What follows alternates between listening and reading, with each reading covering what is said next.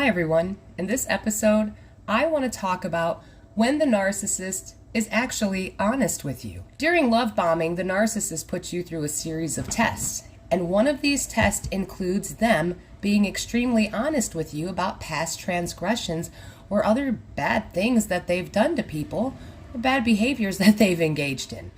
And the reason they do this is to build trust with you, to gain trust, because they're hoping that if they are extremely honest with you about things, that you'll let your guard down and you'll start telling them, things about your past. And you know that a narcissist uses everything you say against you.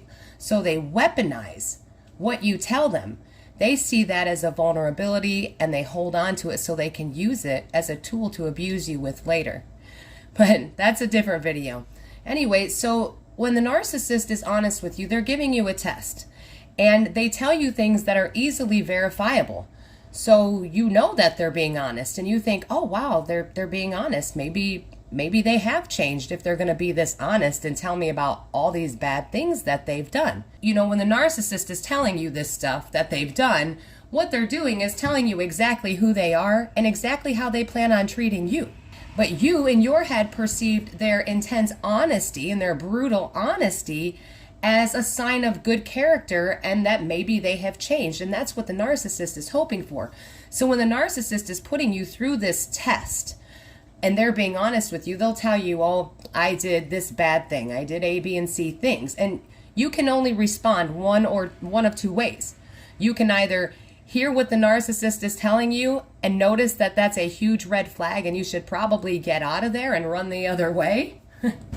Or you can use your empathy and give them the benefit of the doubt. And that's what the narcissist is hoping for.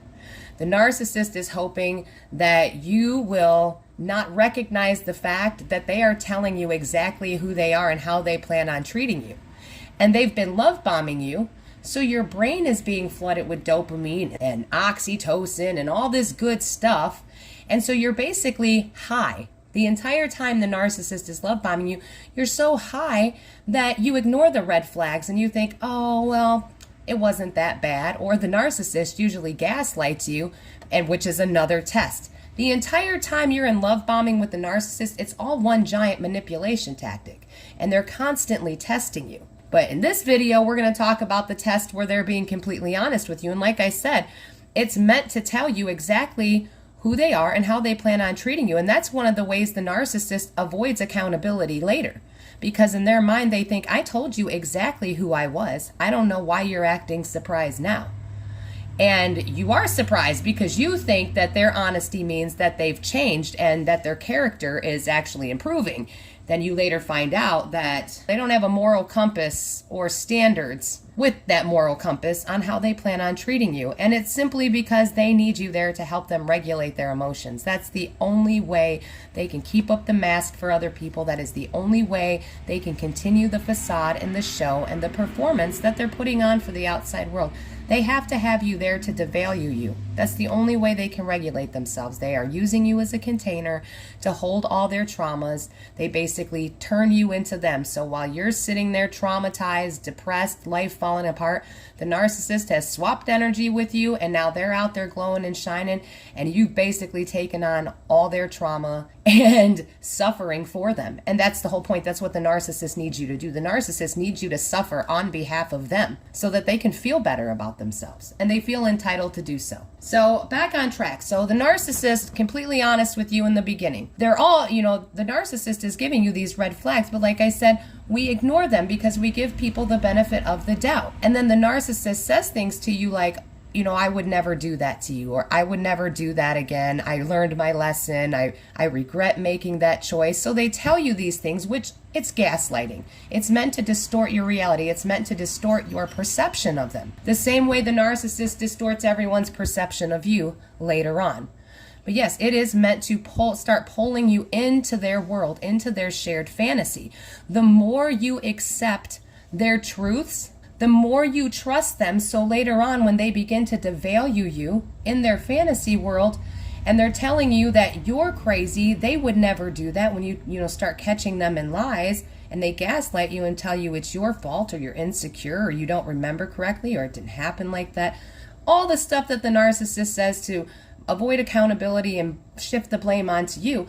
But they do this in the beginning with that brutal honesty, so during the evaluation, you question yourself instead of them, because you are constantly holding on to the memory of who they were during love bombing because you're addicted to the dopamine that they were giving you. So you're associating that dopamine addiction with the false person that they showed you, with that mask. And so when they start lying to you and devaluing you and gaslighting you, you think, but they were so honest in the beginning, I don't see why they would start lying to me now. It must be me. I must be the problem. And that's another manipulation tactic. Everything the narcissist engages in is to create an illusion, to alter your perception of how you view the world and how you believe the world views you in return. And that gives the narcissist ultimate control over you.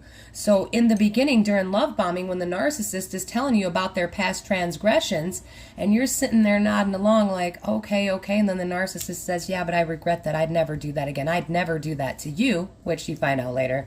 Yeah, they will. But that is meant to give you the perception that they are in fact an honest person who just made some mistakes and they would never do that again. And they hold that. You hold on to that perception because they keep feeding you dopamine. They're putting you on a pedestal. But all they're doing is testing you the entire time. And the more they can get you to verify their truth, so you witness it with your own eyes, the more they pull you into that shared fantasy, into that altered version of reality that they live in. And with that test come all the other tests. All of this is meant to gain your trust and break down your boundaries so that you can later be devalued and easier to control. The narcissist needs to be able to control you. And that's honestly when the narcissist thinks that they love you the most, is when they can control you. That's why during devaluation, the narcissist is so happy with you, even though they're treating you terribly.